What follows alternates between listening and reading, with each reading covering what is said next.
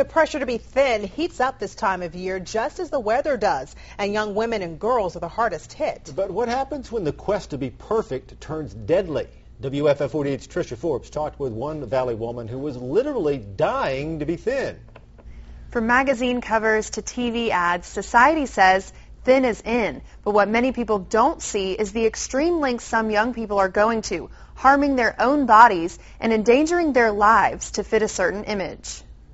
It was just innocent, just lose a few pounds, get healthy, go to the gym. But that trip to the gym quickly turned to an obsession. Madison had a full-blown eating disorder by the time she was 16. She was starving herself and over-exercising, striving for what she thought was perfection. Mental health counselor Rita Limbaugh says a person struggling with an eating disorder doesn't see that they've gone too far. Because they have that distorted view of what they look in a mirror and they see this still overweight person who needs to continue to diet and exercise to be attractive and to be perfect. Limbaugh says underlying emotional issues have to be treated for recovery to start. That you don't realize that all those negative feelings are not really coming from how you look, but what's going on internally. Madison's mom struggled to get her into treatment. It's hard to sit back and watch your child do the things that she's doing to herself, and she's really not cognitively aware of the dangers of her eating disorder and how it can kill her. Madison finally admitted she needed help, but she says it's a struggle every day. In the media,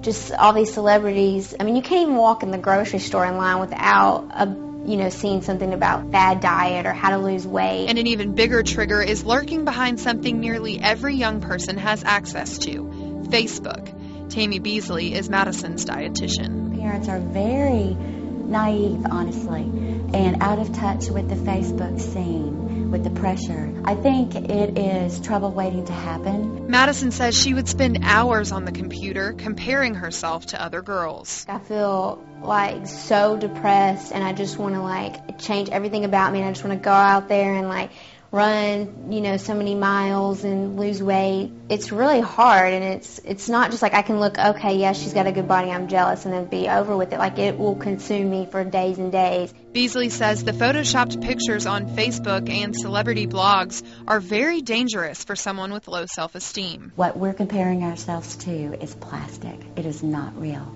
That is not a real person. That is an avatar. That is an illusion. Don't buy it. Madison says without her mom and Beasley by her side, she could have died. She also has a message for young girls who are struggling right now. Stop now before it gets too bad. I know how hard it is, but you're beautiful the way you are, and you shouldn't have to lose weight or let food or calories control you, because it is such a sick disease and it will take over your life if you don't, get help now. If you suspect someone has an eating disorder, look for these warning signs. Weight loss, excessive exercising, that's more than 2 hours at a time, more than 3 times a week, energy loss, loss of menstrual cycle, lashing out in anger, someone who is very thin but wears baggy clothing, dropping grades or comprehension, hidden food wrappers, excessive baking or cooking but you never see the person eating the food, depression, isolation, change in friend group, or decrease in social activity. If you spot these signs, Beasley says it's important to step in. Catching the signs early. The stats can look very sobering if this problem goes on a long time before treatment is sought. But if treatment is sought in the first year, the recovery rate is very positive, something Madison is starting to believe more and more every day. I am a lot happier now. I think I am slowly starting to come back out to the real me. In Huntsville, Tricia Forbes, WAFF 48 News.